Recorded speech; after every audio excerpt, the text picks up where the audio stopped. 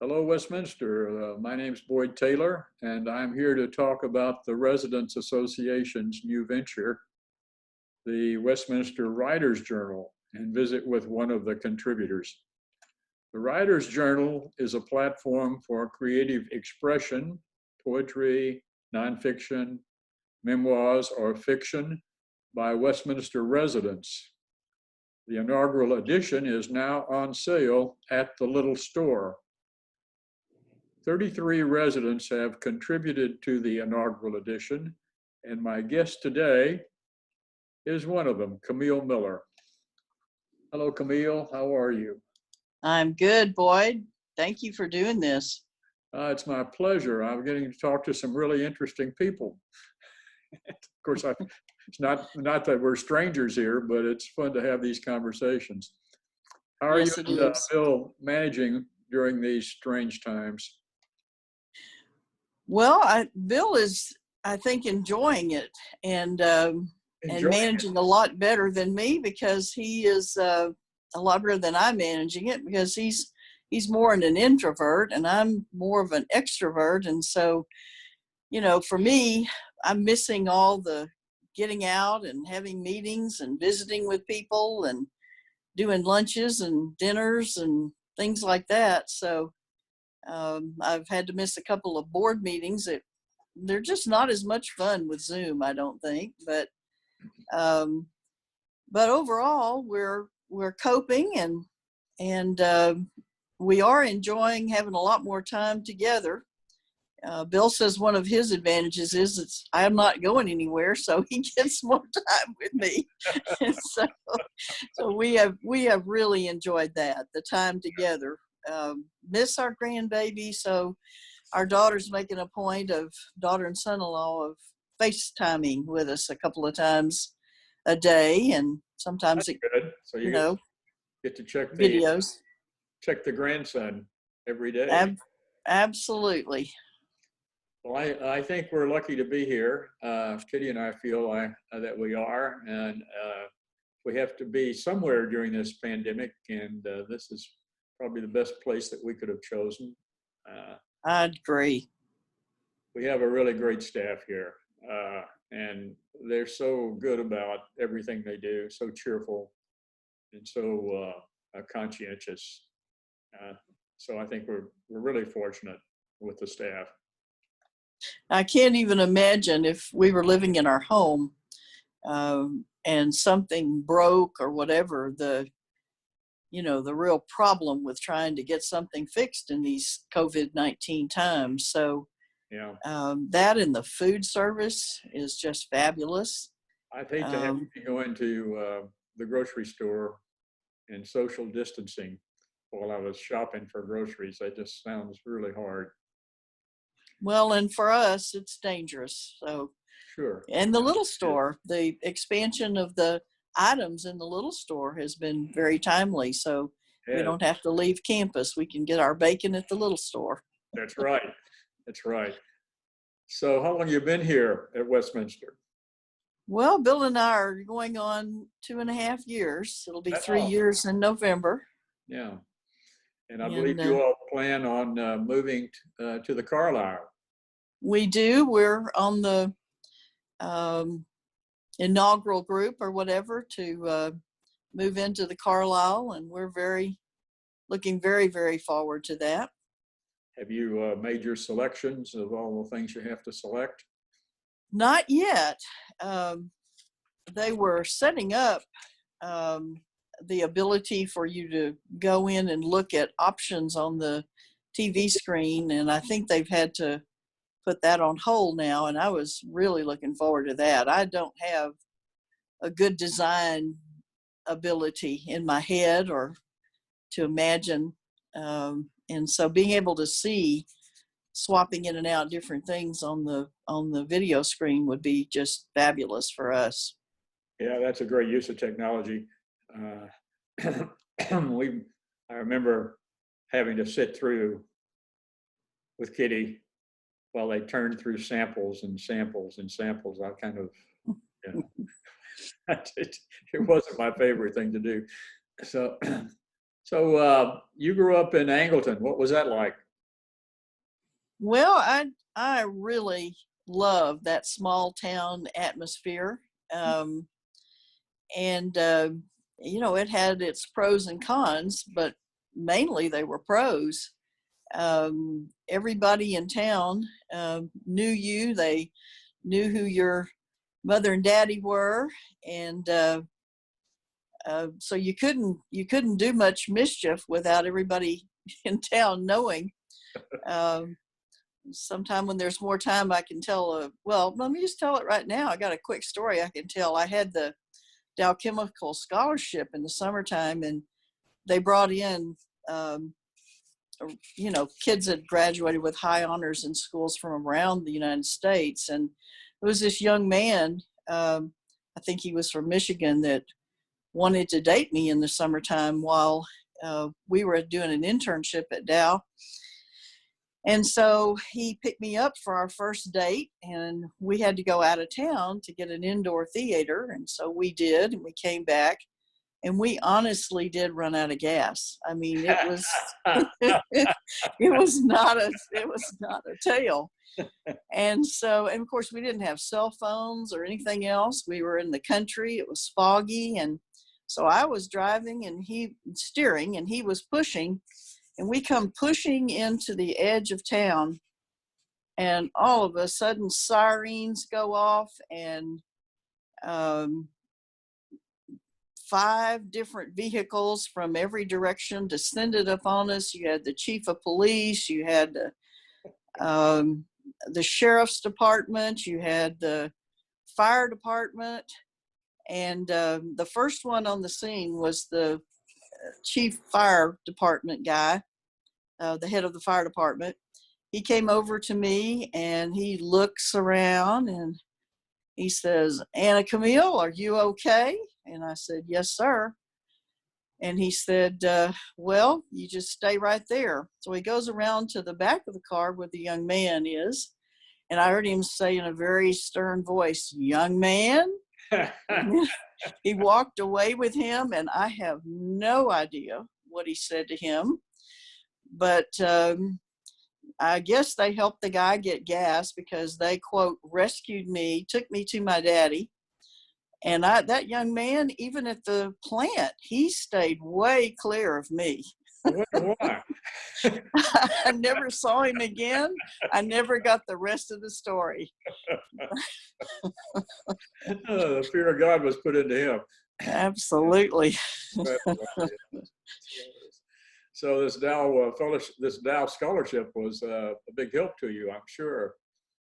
It was an awesome help to me. My dad had, my mother had died of cancer, and my dad had spent a great deal of time and money taking her back and forth to Houston. Angleton's a little south of Houston, and they were trying everything to save her, and it just didn't work out. And so we didn't have a lot of money, and of course, again, an advantage of being in a small town. Well, I worked hard and made good grades, and so I was honestly offered the scholarship of my choice, and I took the one that had the most money. And my dad cashed in an insurance policy, so I had $1,000 from my dad, and I had books and tuition from Dow, and a job in the summer that I could earn enough money to pay for room and board, and got a little job in the dorm that paid for everything else. And my dad, of course, helped out when he could, and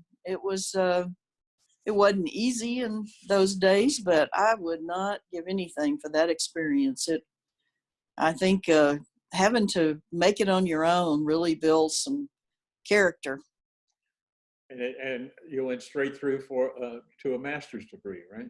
I did. I started off in double major biology chemistry, and after 3 summers in the lab, I realized that I love people too much to be a chemist.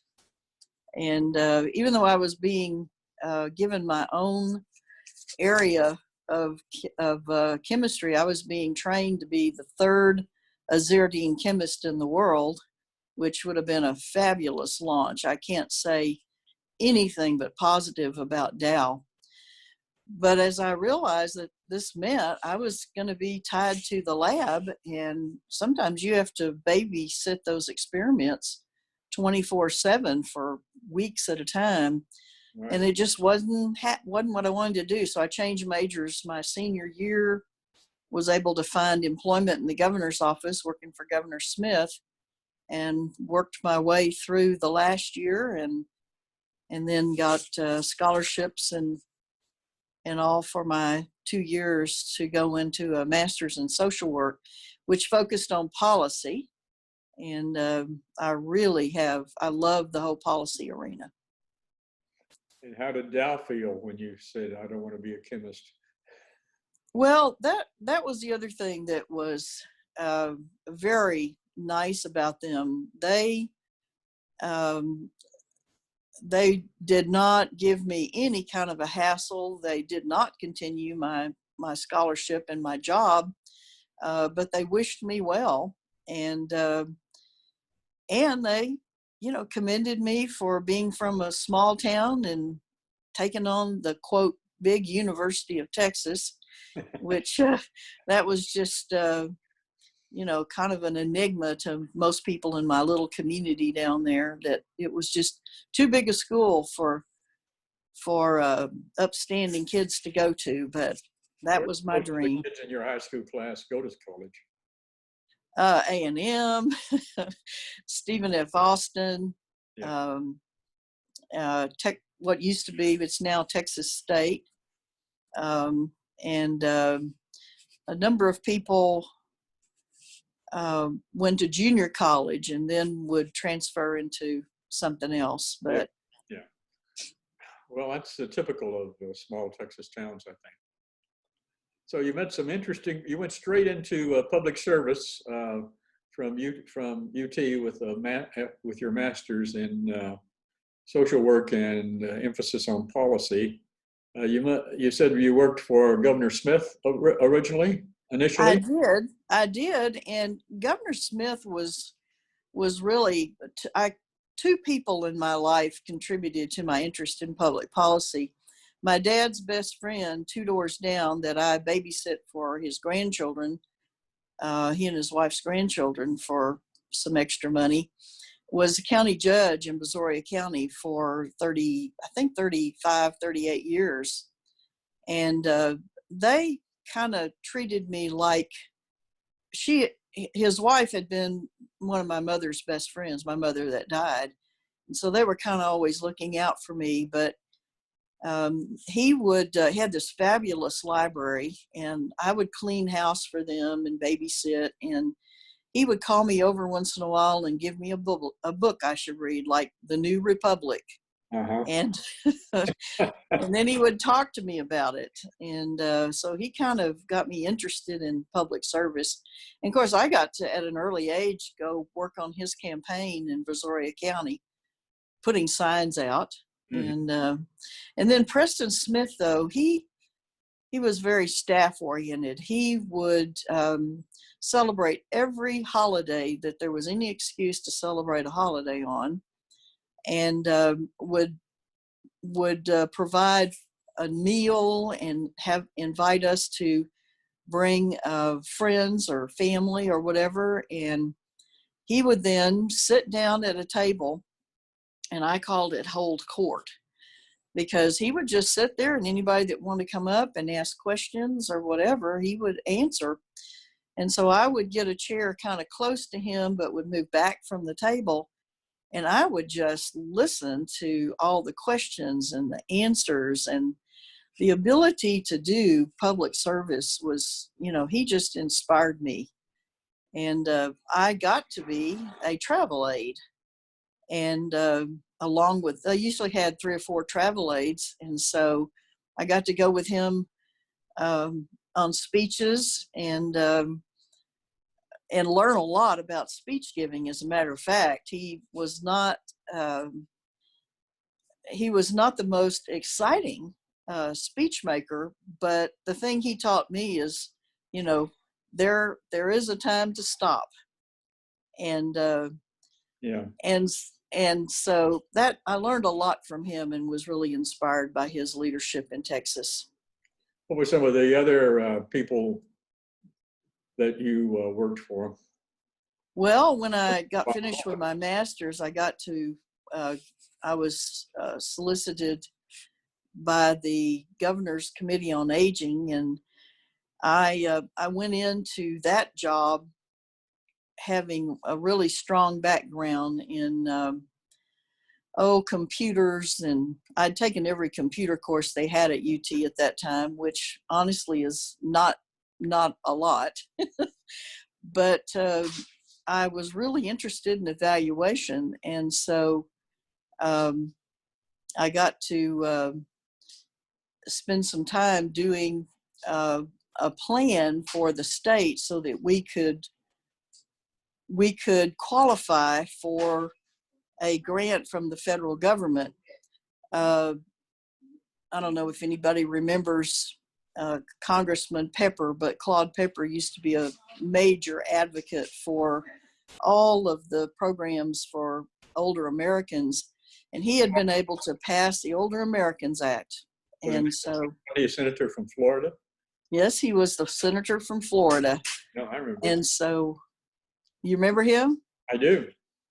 So I got to design the first plan for this plan on aging for the state of Texas, and develop the first formula for distribution of the federal funds. And that formula, I check every once in a while, that formula is still being used. So I guess it works.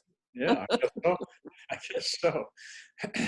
And so you always had an interest and a focus on aging and on healthcare. You were director of protective services. Was that the title, or? Yes, when I worked for Bob Bullock, Ann Richards and Bob Bullock wanted to do more to protect both children and elderly. And so together they designed this agency that ended up being called Protective and Regulatory Services. And Ann recruited me to be the first interim to get it up and started. And she recruited a board, and so learning how to work with a brand new board, most of them knew nothing about state government. That was a real challenge, but it was very rewarding. And then I was able to get on board in time to make an impact on the budget. So because I had been involved in budgeting and was respected by the people doing budget, we got an extra $1 million that year, which is, it was really important to try to get computers for the caseworkers. Our caseworkers didn't even have computers. And amazing, isn't it? It was, but I moved on from that, had an opportunity to do the first Medicaid study. Well, actually, it's the last Medicaid study that's been done in Texas by the legislature. I got to head that up at Bob Bullock's request. My goodness. But doing it, that's been a while. It has, and I did it for Senator Zaffarini, and she's still there, and I'm really so proud of her work with all that. Well, there's a lot of work to do there still on Medicaid as time has changed. So absolutely, absolutely, there's a lot, especially in the aging and nursing home arena. That's really been neglected. And we see some of the effect of that neglect with the COVID-19 results. Absolutely, Boyd, absolutely. You don't spend the money at all. You don't spend the money that's required. If you have people huddled together in nursing homes, you're going to really be susceptible to the kind of thing that's happened. We're paying the price, I'm afraid. But going on, you also been involved with community hospitals. Are you there? Yes. Yes. Hospitals and Texas Hospital Association. I think community hospitals is another hot topic right now. I was so honored to be recruited by the Texas Hospital Association to come over. Originally, it was to come over and help them be proactive on healthcare policy for the future. But as soon as I got over there, the implementation of managed care was occurring. And that's a whole nother topic that I could talk about. But it wasn't managed care, it was managed budget, which are two totally different things. But anyway, the Hospitals Association really needed help with someone that could help them navigate that. So it was not what I went over there to do, but I am so glad that I responded to their request that I do the other. And I actually got to meet, we have over 400 hospitals still in the state of Texas. And I got to go out and meet individually and spend time educating them on managed care and being on call to all of the CEOs across the state of Texas and formed some fabulous relationships. And you know, hospitals are having real financial difficulty, I guess. Oh, particularly the rural ones, are having tremendous financial difficulties. And you know, the poor hospitals in the rural areas, they're sometimes they're among the major employers in that area, and they're definitely lifesavers for people in that area. To feed into the major hospitals for the critical healthcare needs. And we do have a lot of senior, elderly, poor people right in small communities, and they're really dependent on having some form of local healthcare, but they don't contribute much in the way of revenue, I'm sure. That's absolutely true. Absolutely true. Well, yeah, we couldn't possibly cover all of your background or your employment history or interesting things you've done or people you've worked for or with, but thank you for all of that. And but during that busy life, you found time to marry and raise a family. How did you and Bill meet? Well, Bill and I met. I was working for Governor Briscoe, implementing what was called the Balance of State employment and training programs, which meant all the rural areas across the state. Major cities got their grants from the federal government directly, and then everybody else in the rural areas became Balance of State. And I went over to set up an evaluation system and couldn't do any evaluation because all we did was stick count calls across the state every week to put together a 50 characteristic report that had to go in once a month to the federal government. And so I just kept asking my boss, can we automate? Can we automate? And finally he came in one day and said, you can automate with two conditions. You don't get any other money that you have, that, you know, you don't get any more money than you have right now. And you have to lead it and do it. I'm not hiring any more staff to do it.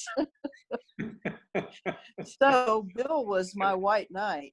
Be careful, Bill, what you asked for. That's right. Bill had come down on a summer. He was teaching at North Texas State computer programming, and one of his students recruited him to come down to Austin for the summer for a summer job and work in the agency that did well, it was originally called Border Control, and now it's Department of Information Resources, but they took on the responsibility of helping, quote, small state agencies that couldn't afford automation to do it. And so I was assigned as the governor's office liaison to their office, and he was assigned as their liaison to our office, and we worked together for several years to create what became President Carter recognized as a national model for automation, because none of the Department of Labor programs across the country had been automated. So we did that together, and then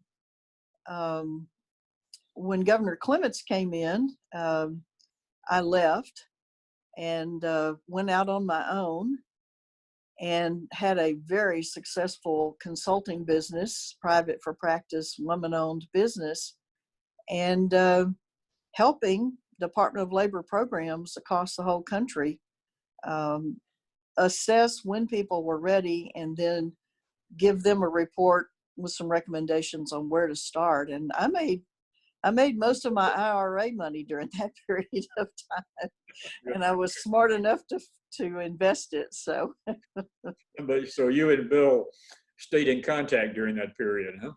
we did, and I never dated Bill while we were working together for 4 years or so because I didn't believe in inter-office politics with the dating arrangement. So whenever I went to work for Governor Hobby, Bill called me up because actually didn't call me up. I was doing a presentation for Governor Hobby, and he came to the presentation and then asked me out afterward. I was so comfortable with him that I just scheduled him like a regular scheduling appointment that we used to have at work. But it was, we were both ready and at a stage in our life where we wanted to get married. So. Well, that's wonderful. That's wonderful. Well, listen, you've written a piece for the journal that you've entitled Caregiver Trauma. You want to tell us a little bit about that? What is caregiver trauma? Well, I'm so pleased to have had the opportunity to do this. And the first thing I want to say, Boyd, is I think that this journal is going to be your legacy. This is one of the best contributions that I think a president of the Resident Association could give to the residents. These in-depth stories about all kinds of things, and stories that are just so interesting, written by people who live here. I mean, this is a gift and to all of us. And I just can't, we got our complimentary copy that we get for being authors. And every time I put it down, when I come back, Bill's got it. So. Well, you know what I told you. Yeah, you suggested I buy a second copy, and I think we're going to have to do that. But you just can't put it down, it's. Thank you. And there's a lot of, Mike and the whole editorial board did a lot of work on this, I'll tell you. And it was fun, but it takes a lot of effort to get it out, but a lot of work by a lot of people. So I'm really enthusiastic about it, and I'm sure hoping that we can expect to do a second edition in the fall. Well, my thanks to everyone that was involved. The quality of every aspect of it is just outstanding. I do think it will make some nice Christmas presents for folks, but I hope so. So back to caregiver trauma. Bill became ill. Yes.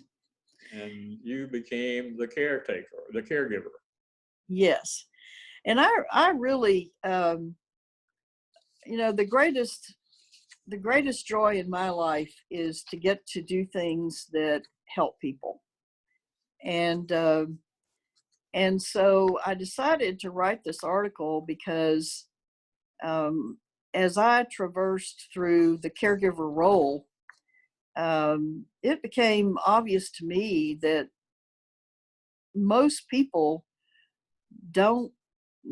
that haven't experienced it don't understand how much of an impact that kind of trauma.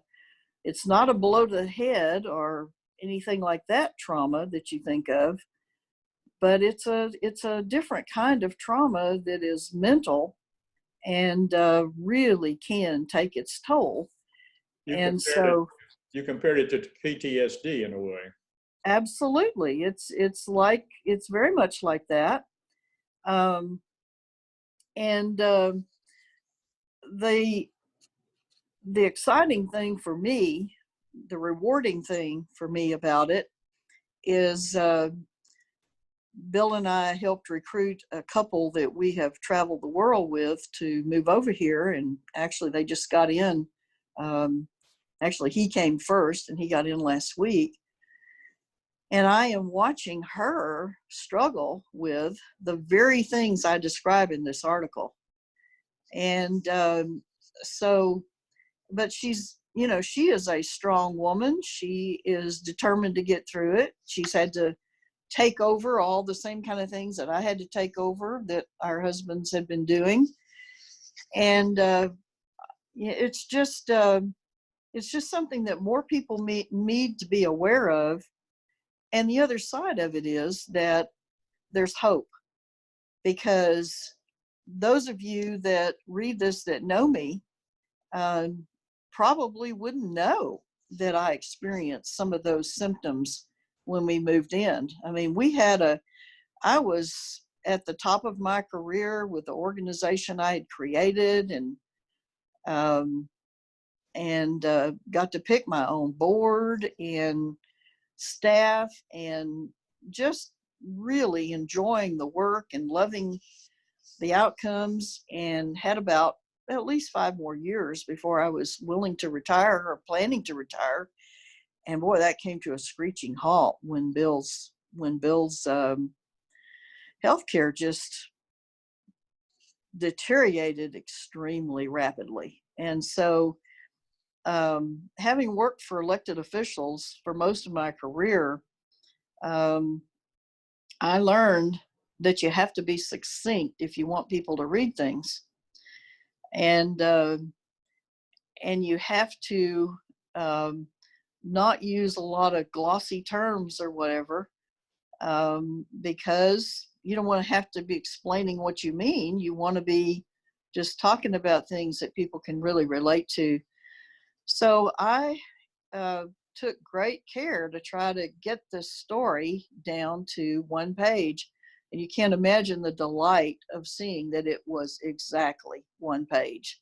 So I didn't waste any space. No, I you made said all. you made very good use of of that page. It's a challenging, really thought-provoking article, and as you say, uh, the uh, the thing about it is that there is hope in the article. There is another side when people go through this, that they can pass through it and emerge a different person, but strong and able to cope. Absolutely, absolutely. And as much of a toll as that experience had on me at the time, when you read this article, you couldn't imagine, I don't think you can imagine, even from just reading the article, that that would have been a situation that I had experienced in terms of all those different symptoms and all of the different areas of struggle. But I'm finding my friends going through exactly every one and all of those. And at the same time, her daughter and I've become very good friends, and her daughter's, very worried about her. And I can say reassuringly, hey, been there, done that. Right. Those are exactly the things that I did. You think you're there in control and you're making good decisions and you can handle a crisis, and guess what? You can't. You're not doing it. That's why Westminster is such a fabulous place to be, because being surrounded by the help here and everything else just makes life wonderful. Absolutely helps and essential. And what you've written has a lot of relevance to today's world, because we have a lot of, the first responders and the caregivers who are affected so much by this virus have to be suffering some form of emotional great emotional stress. I hadn't even thought about that, Boyd, but that is a kind of trauma that they're experiencing, very much like the military trauma. I think so. I think so. I think we have to give them all the encouragement we can, but also all the understanding that we can, and support that we can generate for them. Absolutely. Well, listen, we're about out of tape here, so I want to thank you for being here today, Camille, and I'm sure all our neighbors will want to read your article, and we all wish you and Bill all the best. Thank you, and the same to you, and I wish the best to everyone who reads it. And I certainly am open to comments, critiques, suggestions, and ideas, because I have another couple of traumatic kind of things I went through in my life, and I'm you know, I don't know who out there might have experienced similar to this, but if this has the kind of impact I want it to have, then I may write about those others. Thank you for the opportunity. Well, we'd love to have them in our fall edition, and we look forward to that. So thank you again. Thank you. So, and thank you to all of you that are watching out there. I'll mention again that the Writer's Journal is now available at the little store.